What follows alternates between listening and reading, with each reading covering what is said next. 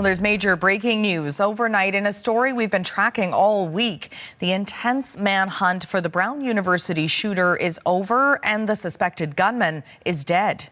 Massive investigation is tapered down. Officials say they found his body last night at a storage facility in Salem, New Hampshire.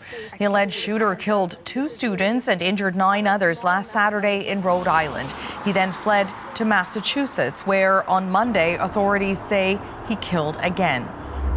At approximately 9 p.m., federal agents breached a storage locker in Salem, New Hampshire, in search of Claudio Neves Valente, a Portuguese national we believed shot and killed 2 Brown University students and an MIT professor in Brookline, Massachusetts.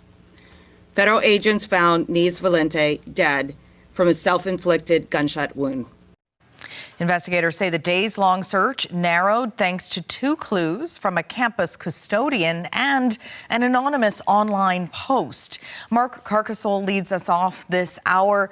We're learning more about the suspect and some of the efforts to find him. Can you break that down for us this morning? Yeah, and the way they really ramped up over the last couple days, certainly. Initially, if you'll remember, in the early days of the investigation of both shootings, police weren't quite sure there was a link. They weren't necessarily ruling it out, but they weren't confirming that either. It wasn't until a couple days ago when they confirmed that, yes, indeed, there was a link between the two. And in fact, the MIT professor, Nuno Loureiro, who was gunned down on Monday, actually had some sort of a link to Claudio Neves Valente, the shooter in this case. Police determined that the 2 of them actually attended the same program at a university in Portugal from 1995 to 2000. There's no word on exactly how close they were, how well they knew each other, but they did attend the same program at that university.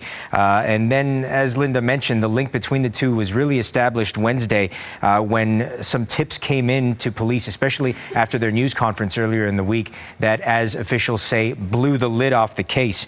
In particular, one on social media, an anonymous post by someone going by the username of John on Reddit, which led them to key pieces of evidence like his car, which police say had a Maine license plate installed over a Florida one.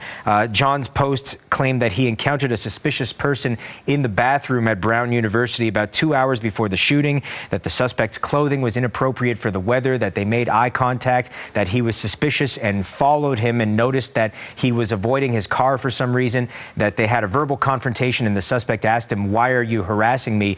So he posted initially online, quote, "I'm being dead serious. The police need to look into a gray Nissan with Florida plates, possibly a rental." He then went on to approach authorities himself, which, as mentioned, police say really blew the case wide open, leading to the discovery of Neves Valente's body yesterday in New Hampshire. Here is what Ted Dock, special agent in charge of the FBI's Boston field office, had to say about the investigation, which he says still has a lot more to come. Even though the suspect was found dead tonight, our work is not done. There are many questions that need to be answered. There's a lot of evidence that needs to be processed, and most importantly, the victims and their families deserve special care and consideration. Even with all the evidence and information that they have, Linda, they still don't know a motive at this point.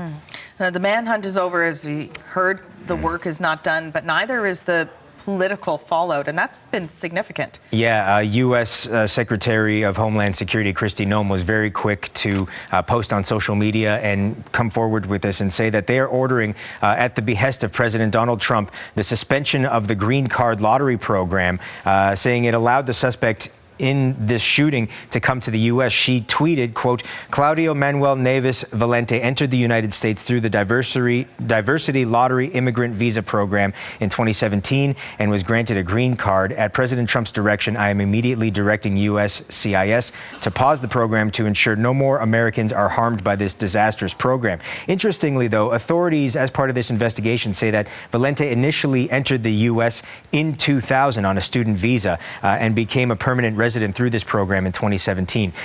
They're not quite certain, or at least they haven't said at this point, though, whether he was in the U.S. for that entire 17-year duration or left in between and came back. That's what we're still trying to figure out. Okay, Mark, thank you very much for that.